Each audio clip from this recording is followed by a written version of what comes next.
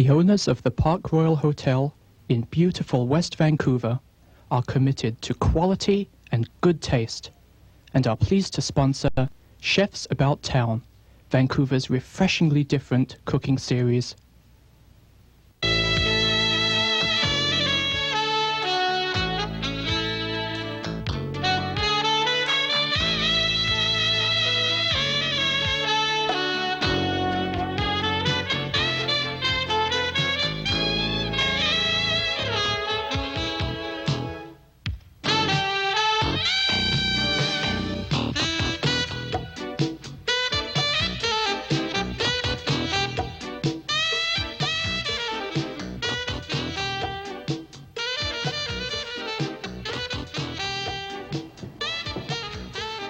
Hello, my name is Gary Faessler, and welcome to Chefs About Town, the show for people who really love good food. We're here once again at the Market Kitchen Cooking School down at the Granville Island Public Market. You know, at Chefs About Town, we focus on the foods and wines of the Pacific Northwest, highlighting our own unique British Columbia cooking style. And with me today is a chef who I feel epitomizes just that, and she's from the Sooke Harbour House on Vancouver Island. Welcome, Pia. Thank you very much. And pregnant Pia. This isn't pregnant just Pia. the, You're not really, really fat. No, the chubby waistline of chefs. You must really enjoy your food. Oh, yes. Okay, so today we're going to do some shellfish, some British Columbia shellfish. Yes, we're featuring Vancouver Island swimming scallops. Pink swimming scallops. Yes. And also mussels that are from Vancouver Island, close to the restaurant. And these grow on rocks. And they're the wild West Coast mussel. Wild West Coast mussel. Yes, these actually grow on the exposed areas of our West Coast. Yes. Here on Vancouver Island, on the West Coast of British Columbia. And they're a beautiful mussel, which aren't commercially available at the moment to you people, but they will be. Some of my friends who are suppliers, who are fishmongers, say that they are interested in looking into supplying our local wild West Coast mussels, and these are called a giant sea mussel. Although this is quite a small one. They can get sort of about that large. Yes, huge, they get humongous. But you wouldn't want to eat anything for delicacy's sake, this is the size that you like. You know, to eat. They are very delicious. I find them, in comparison to the East Coast, that they just have a little more flavor to them. It's a different type of mussel too. Yes, and there is. It's not because it's not cultivated. A lot of them from the East are, so that would allow for that also. And the swimming scallops. The pink swimming scallops, which are prolific. They are. On our West Coast.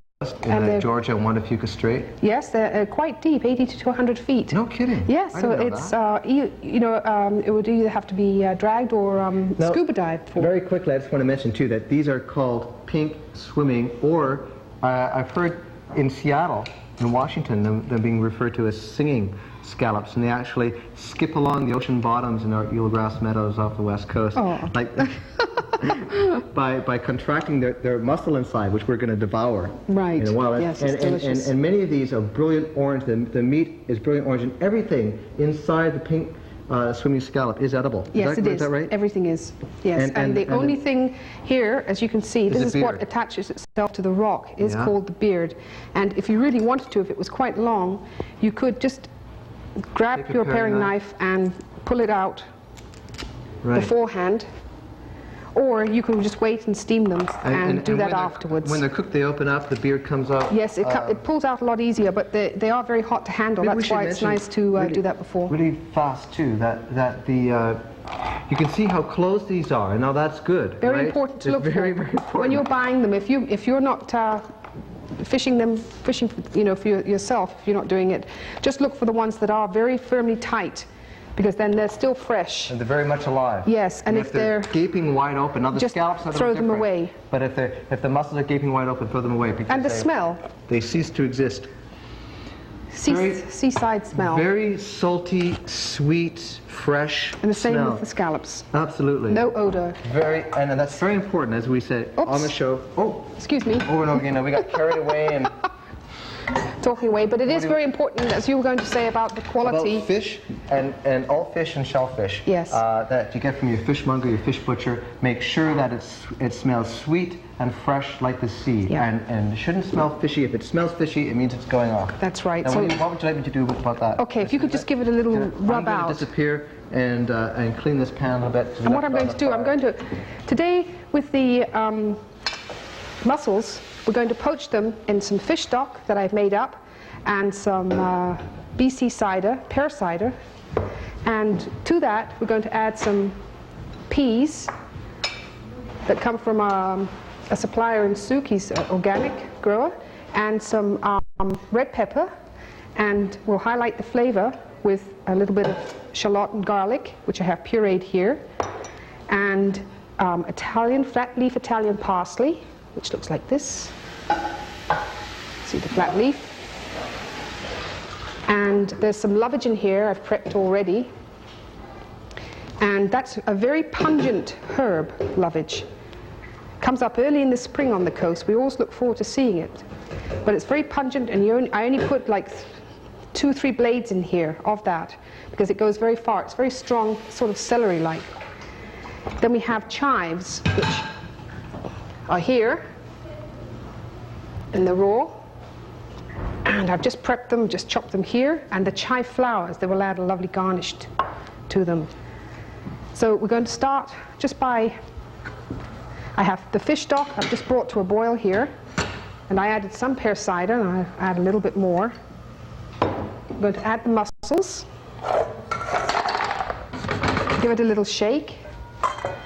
Then slowly I'll add the other ingredients, and I will bring that is on a high heat. Actually, do you want to change these elements? Because this is the cooler one, if you remember, and this is the hotter one. Oh, is it? Okay, yeah, then we should just give that a good boost. Yeah, we'll push this one up. There we go. So thank you. Yeah, that's great. It's just a matter of getting used to a new stove, you know. Yeah. So what we're going to do is just wait for those. I'm going to put the lid back on and wait for that to the steam open. They look lovely. Put the top on this? Yeah, I'll add a few, let me see, a little bit of parsley right now.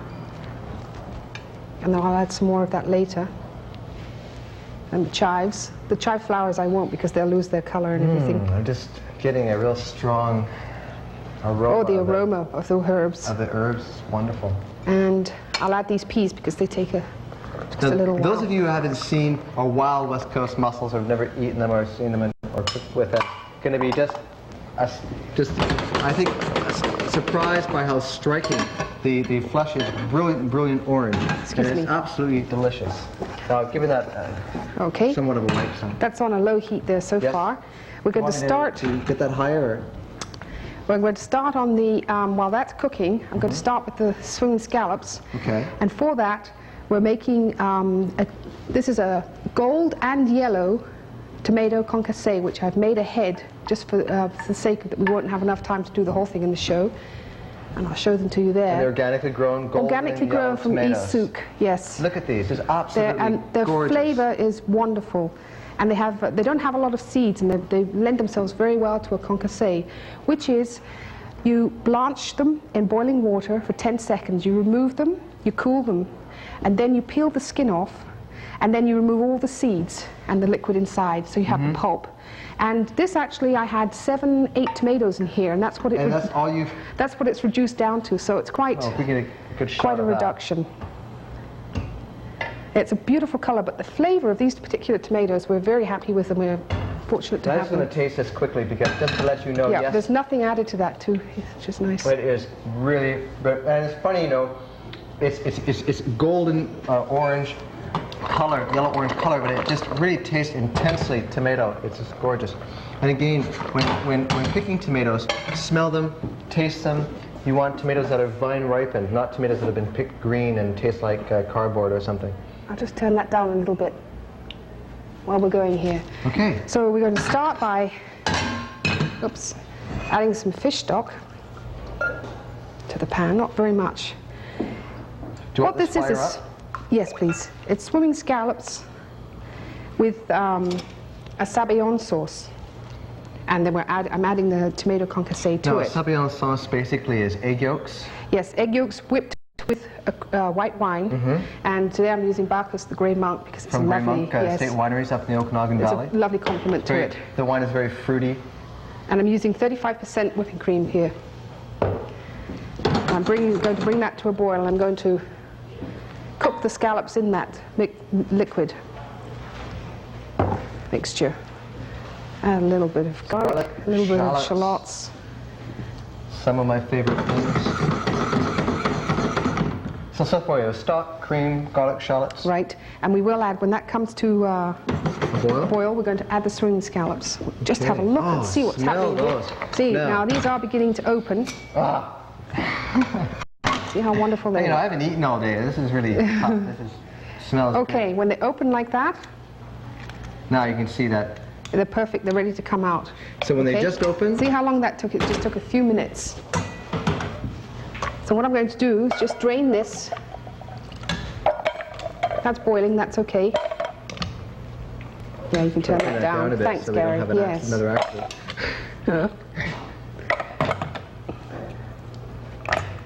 Take these out. Oh, they smell wonderful, don't they? You put peas in here. Yeah, because it's summertime and I wanted to just have all the things I love. We're so fortunate at work to have all these wonderful things around us that I want to keep using them. Out of the Sooke Harbour House, yeah. Yes. Extraordinary gardens. Yes, it's very, very hard networking to have all those things, make them available, and it's taken... Am I doing okay with this? Should I? Yeah, I'll just take them out, but let's keeping the mussels warm. They're fine. Going to let this stock reduce a little bit now. And we're going to make a broth, and that's how we're going to serve that. So let's turn this fire up as much as we can. Okay. There we go. Now we'll pop these in here. Oh, look at that. Okay. These, by the way, have been washed.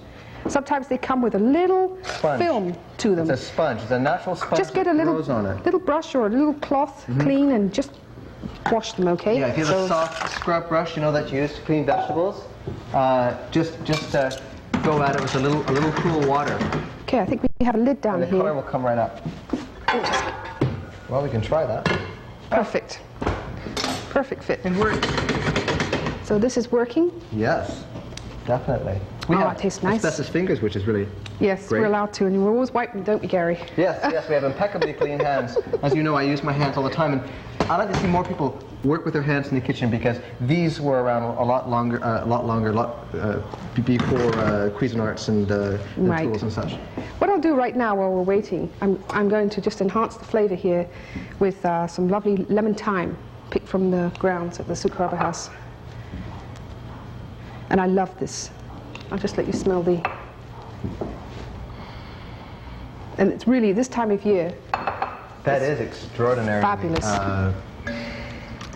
But it's more than lemon. You know what it tastes? It smells rather. It's funny that I would say taste, but it smells very sweet. It smells sweet and lemony. Yes, it is. It's incredible with the sun and everything. Scallops. They've opened up very nicely. Bang. Yeah. It just takes a few minutes. Unlike the mussels, which are have a heavier shell. They have stronger, the whole mussel. These are much more and delicate. these are nice and firm. So they're ready. As soon as they open like that, they're done. So we're going to take these out. Just drain them, as you can see me doing.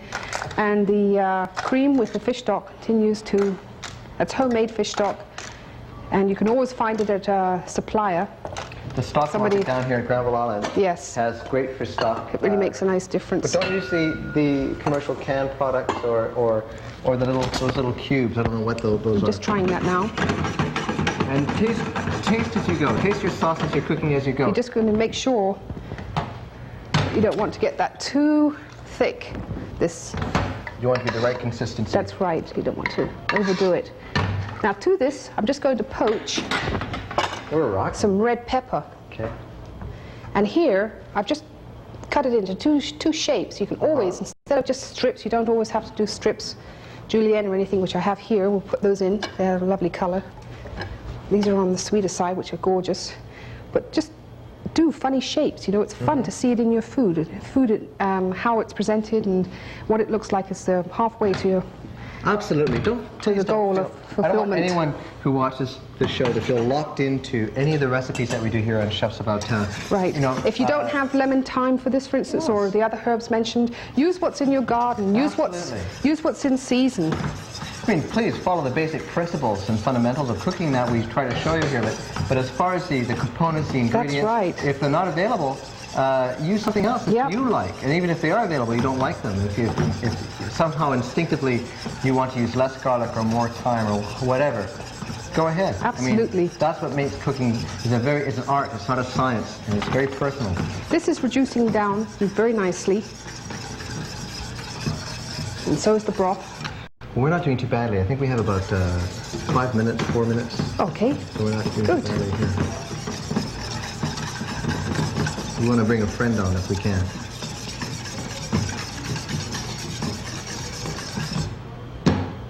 Okay. Are we almost at that stage where? Yes. Because I can see this starting to thicken up a bit. Yep, so it's lovely, isn't it? you have to watch it too.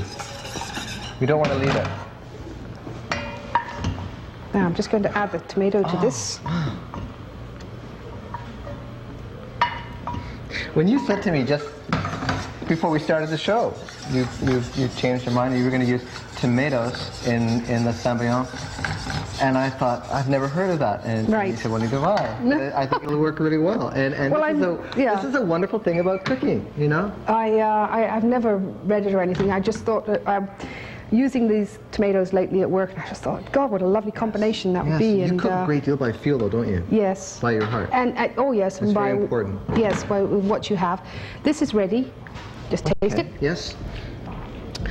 Again, we don't use salt because you don't need it though. Exactly. You can tell that the mussels have imparted. They have so much brine. Lovely. Yes. They have their own natural It's not even saltiness. salty, but it's a beautiful taste that they've imparted to that. You know, really. The pear cider is a lovely compliment too. Another something to mention about shellfish. They usually have their own crab, or large prawns, or large shrimp, things like this. You don't need to add salt because these creatures usually have their own natural sea brine, and they're salty enough all by their own.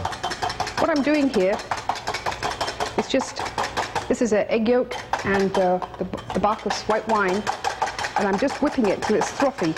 And this is going to be the final liaison between the two here. And it just gives it that richness. It is rich, but once in a while, I think if one plans their menu correctly, that you can afford to do something like this. I'll tell you what, Gary. Let's just turn this fire off. Yes, and you could start arranging the swimming scallops. Oh, on the plate. Yes. And I brought beautiful black plate. Black plate from home, which I think will look really nice. Hopefully. We'll put that just to one side there. Yes, tomato comes through lovely. And if you want to arrange just half, take one shell, half of the shell away. Oh, I see what you want to do. And arrange a pretty pattern. Okay, I see.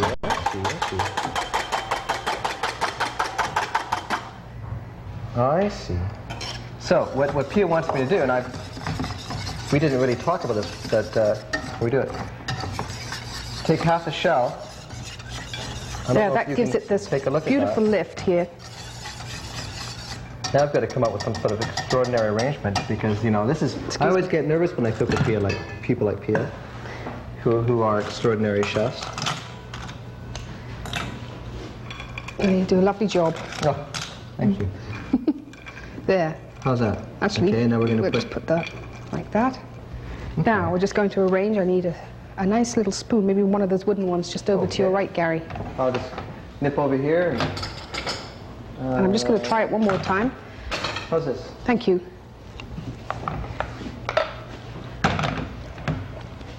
Oh, the blend of the tomato and the lemon thyme is just dynamite. Oh, just spoon that over. Would you like us to move this plate, or can you get a good shot of it? Okay. And it doesn't matter that it's chunky because I didn't want to puree I like texture in food. I didn't want to puree the tomato. You know, it's so many times we aim for like in butter sauce, it's a super smooth, silky texture, which you should. But this particular time, I'm just going with the herbs and that taste sensation. Well, we haven't really used any machines at all, have we? We've done basically everything by hand. Yeah, which is a lovely... Look at that. Let me just give it a little bit of color.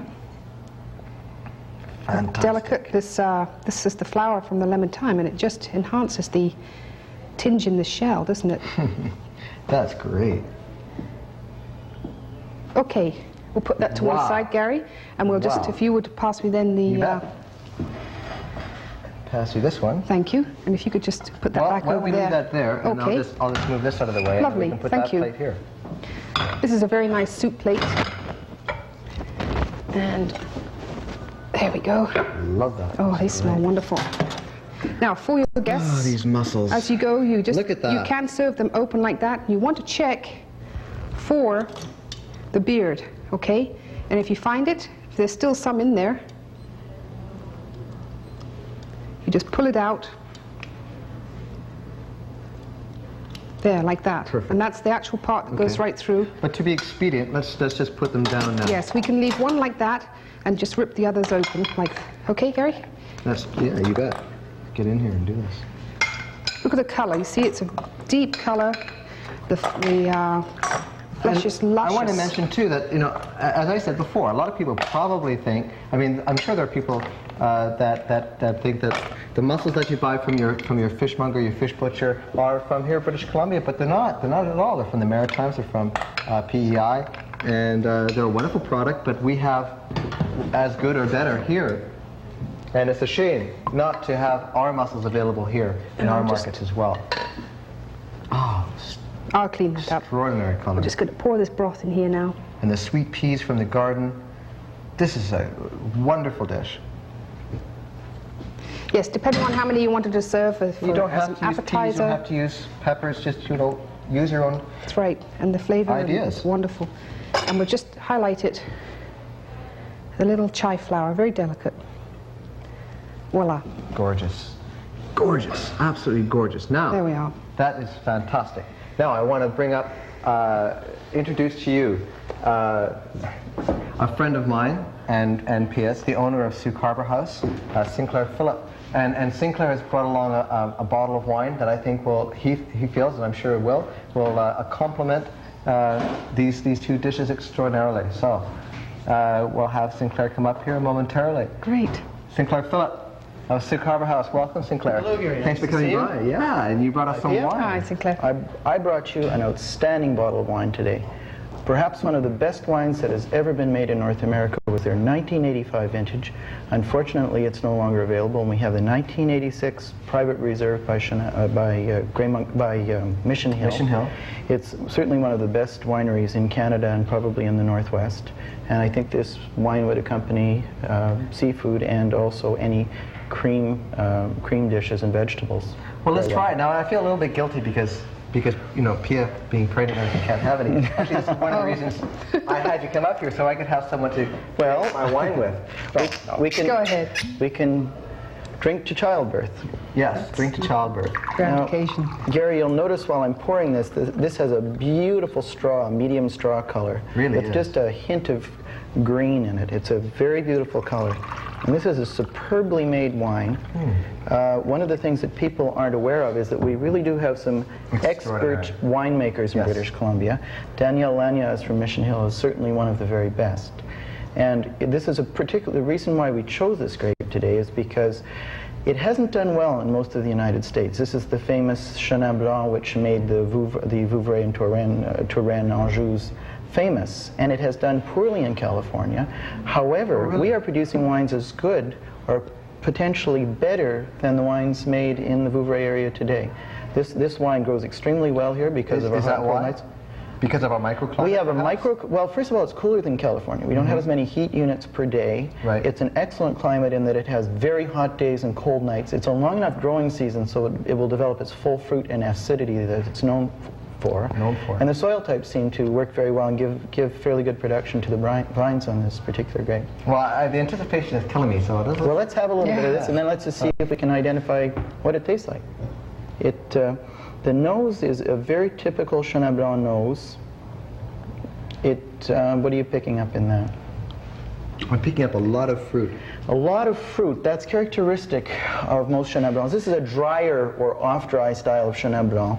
I pick up a bit of melon, maybe a little bit of honey, and people sometimes say wildflowers in this one. Wildflowers? I'm not sure, but definitely fruit, honey, melon. One interesting thing to note is that this is probably a little bit more intense in fruit than a Vouvray, and one of the reasons is because of their the special techniques that they use. They macerate the skin a little bit longer, And they use cold fermentation so that it doesn't lose a lot of those precious aromas. But very importantly as well, Daniel is Swiss, and he's brought in an excellent yeast which he found back in 1970, and it produces very small bubbles.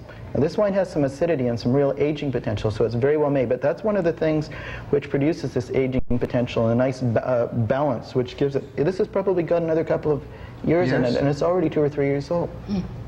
Can I ask, Rob, could you get a glass of water for Pia? Because I really feel Pia should have something up here, you know, like even if it's just a glass of water or something. Also, Gary, you asked a little while ago about the tartrates. Unfortunately, we don't have the cork here, but there's a little crystalline substance. Wine diamonds, that they're often referred to as. Well, you can call them what you wish, but there's really nothing the matter with this. Right. If you didn't have these, you might be sacrificing some flavor, because to remove it, you'd either have to use citrate of sodium, which I don't think is a good additive, or you'd probably have to freeze it off, which would perhaps kill some of the fruit and aroma. So I think this is actually a sign of the quality and non-chemical characteristic of this wine. I just want to clarify, I think we should clarify that for our viewers. What we're talking about are the crystals that develop on the end of the cork. As you draw the cork out, you look at the cork and you see it may look like sugar or salt crystals or something. These are actually tartrates. They're very close to cream of tartar in their chemical composition. Exactly. You'll see that on practically any tank or vat that a wine is made in, but it doesn't necessarily translate into the bottle because there are various means of removing those tartrates. But I want people to realize that when they draw the cork and they see these crystals at the end of the cork, that doesn't mean that the wine is bad. There's nothing wrong with the wine. As you said, it's usually an indication that the wine has not been processed or made with chemicals and commercially, etc. That it's been treated with a little TLC. Absolutely. This has been treated with a great deal of expertise and knowledge. This is a very, very good winery, one of the most competitive in Canada, and it will do very well with free trade. You'll see. You've worked very, very hard, I know, in the last 6 months or so on your wine list at the Sooke Harbour House. In conjunction with the kind of foods that we see here, that's very representative of what Pia is doing at the Harbour House. We recently returned from Ontario. We've also recently visited the wineries of British Columbia and Washington State. Last week we were down there for the World Wine Symposium with Carl Kaiser from the Enniskillen Winery. And in terms of white wines, with 1 or 2 varietal exceptions, a wine list could be quite complete and outstanding in terms of the white wine list, only with Canadian and Northwest wines. It's remarkable how much they've grown and what good quality and breadth there is today. We serve largely Northwest and Canadian wines. We do have some wonderful European wines and Californian wines, but these wines are increasingly popular, and knowledgeable people, that is people who've gone beyond the Chardonnay yuppie stage, where that's really the only thing they know to order, are growing into these new varietals. They're ordering Gewürztraminers, they're ordering Johannesburg Rieslings, they're ordering Chenin Blanc. As a restaurateur, is that nice? Is that nice for you to hear that? To hear people say, instead of a dry white, say I'd like a Chardonnay or like a Gewürztraminer or something? Absolutely, they're all good wines. They go differently with different things. They're all wonderful wines. And they make the food, they enhance food. They make it a much more exciting experience. I agree. This is lovely wine. And I just want to mention, while I'm drinking this now, you know what I'm getting out of this is, I don't know whether you agree or not, pears. I taste pears. I asked the winemaker himself on the phone yesterday about this particular wine. He said, you can read all kinds of flavors into these wines, but he said, when I drink this, I taste Chenin Blanc grape. Properly made. Very well put. I taste a bit of dried fruit in this as well. It's very complex. You see, there are so many flavors as the wine warms up. And you smell the aromas. There are many different flavors that come through with this. Listen, we're going to continue to talk about this and to drink the wine and to nosh on the food, but we have to go because we're out of time, unfortunately. It just goes like that. So Pia Carroll, co-chef at the Sooke Harbour House, thank you very much for coming over and sharing your talent with us. Enjoyed it very much. Sinclair Phillip, owner-proprietor of the Sooke Harbour House. My name is Gary Faessler. Until we see you next time, enjoy, please eat well. Goodbye now. Cheers. Bye-bye. Cheers. Cheers.